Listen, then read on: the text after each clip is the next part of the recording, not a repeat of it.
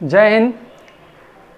Mirajuddin Athar success point में आपका स्वागत करता है।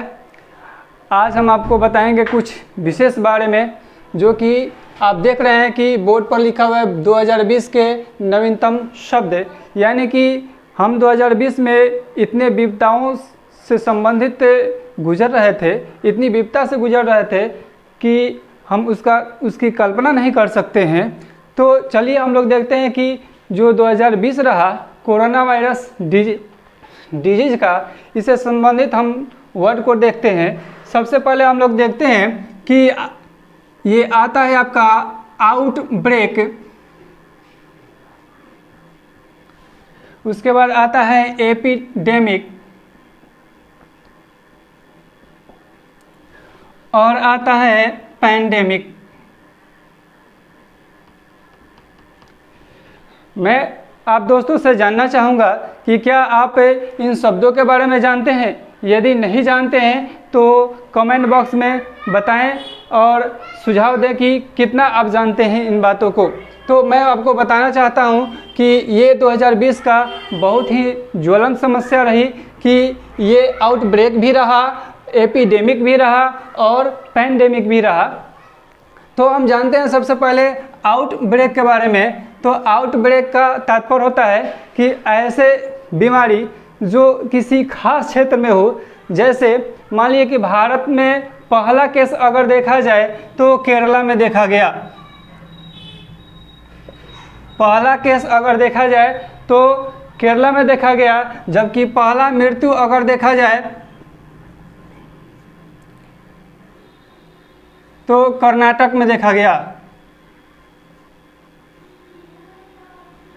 तो ये जो केरला और कर्नाटक है ये आउटब्रेक रहेगा।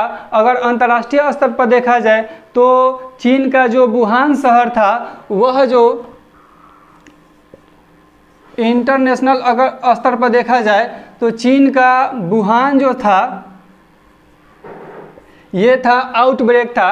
लेकिन पूरा वुहान शहर जो अगर फैल गया तो ये आपका हो जाएगा एपिडेमिक हो जाएगा। अब हमारा पूरा केरला अगर देखा जाए, पूरा केरला और ये वुहान शहर ये आपका एपिडेमिक हो जाएगा। अगर यही देखा जाए तो पूरा अगर इंडिया में अगर फैल जाता है तो ये आपका एपिडेमिक हो जाएगा। और इसी तरह से आगे हम देखते हैं तो अगर पूरे विश्व में फैल जाए, जैसे एक देश चीन हुआ, चीन से आगे अन्य देशों में फैलते फैलते फैल गया, तो अन्य देशों में यानी कि पूरे विश्व में अगर फैल जाता है, विश्व स्तरीय अगर फैल जाता है, तो आपका पैंडेमिक होता है।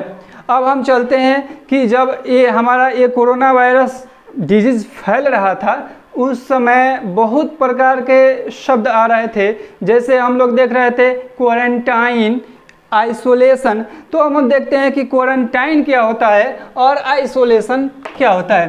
कब हम क्वारंटाइन होते हैं, कब हम आइसोलेट होते हैं, चलिए हम लोग देखते हैं। तो आइसोलेशन आता है एक शब्द, आइसोलेशन।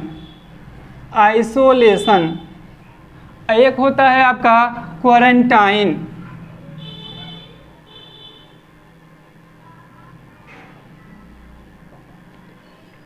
देखिए दोनों देखा जाए तो बहुत अंतर है दोनों शब्दों में। तो जब देखिए कि जब क्वारंटाइन उस समय होता है जब कोई व्यक्ति संदेहास्पद है, यानी कि जैसे आजकल जो लोग गल्फ देशों में जा रहे हैं उनको 7 दिनों का क्वारंटाइन किया जा रहा है संदेहास्पद रूप से। और जब तक उनको ये क्लियर नहीं हो जाता है कि पॉजिटिव है अथवा निगेटिव है, उस संदर्भ में उनको क्वारंटाइन 1 सप्ताह के लिए रखा जाता है। लेकिन ज्यों ही ये सूचना कन्फर्म हो जाती है कि व्यक्ति पॉजिटिव है तो उनको आइसोलेट किया जाता है, यानी कि उनको अकेला छोड़ दिया जाता है। दोनों का अर्थ होता है अकेला रखना, लेकिन ये संदेहास्पद है जब, क्योंकि ये पॉजिटिव है कि निगेटिव है इसकी जानकारी इसमें नहीं होती है, जबकि इसमें कन्फर्म होता है कि व्यक्ति पॉजिटिव है। पॉजिटिव व्यक्ति ही इसमें रहेंगे और इसमें पॉजिटिव है या निगेटिव है, इसकी कोई सूचना नहीं है।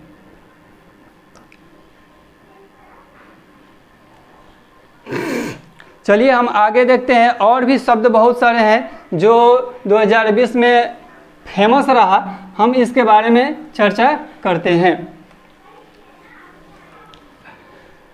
अब इस कोरोना काल में बहुत सारे शब्द आए, जैसे अब उस संदर्भ में कुछ बच्चे पैदा हो रहे थे, उसको एक शब्द आया, उसको हम कोरोनियल कहा गया। कोरोनियल यानी कि इस संदर्भ में, यानी कि जब लॉकडाउन की प्रक्रिया चल रही थी, उसमें जितने बच्चे पैदा हो रहे थे उनको हम क्या कहते हैं, कोरोनियल कहा जा रहा था। जबकि कोरोना क्लस्टर जो है,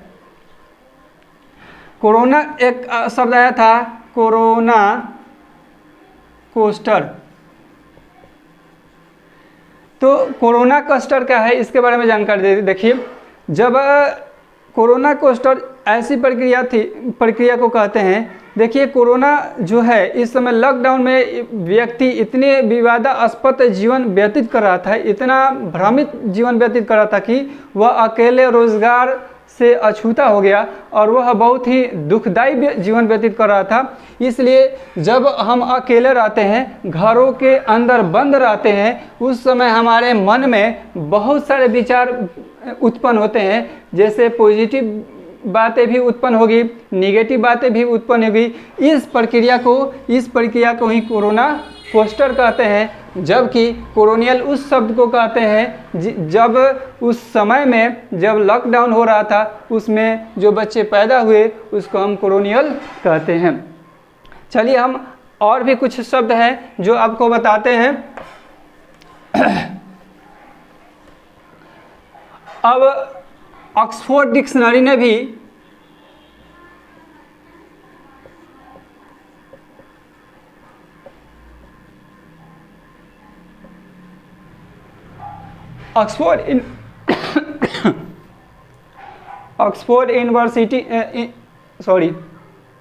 ऑक्सफोर्ड डिक्शनरी ने भी word of the year choose किया है। Word of the year choose किया है, इसको हम लोग कहते हैं आत्मनिर्भर।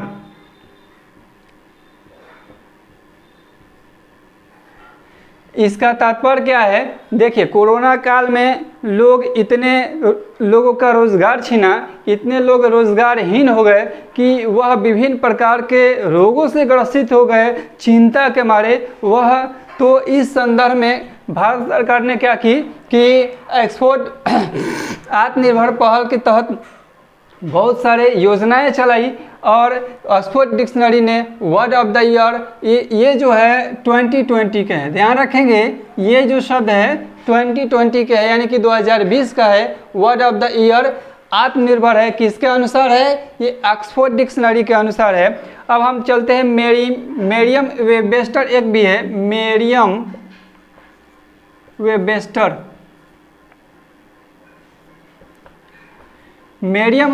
एक डिक्शनरी है। इसके अनुसार भी ये भी एक वर्ड को प्रकाशित किया है ना। तो ये वर्ड को किया है पैंडेमिक,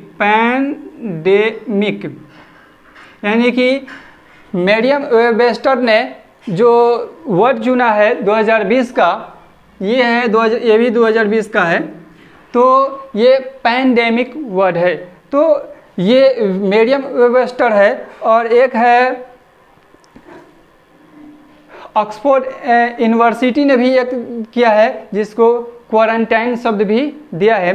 दिए गए आज के लिए इतना ही। अगले एपिसोड में मैं इसके बारे में और विस्तृत जानकारी करूँगा और बहुत सारे वर्ड हैं, है ना।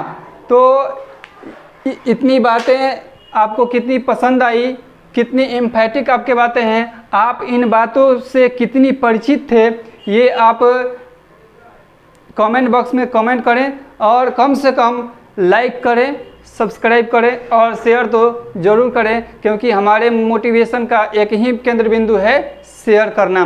तो जय हिंद,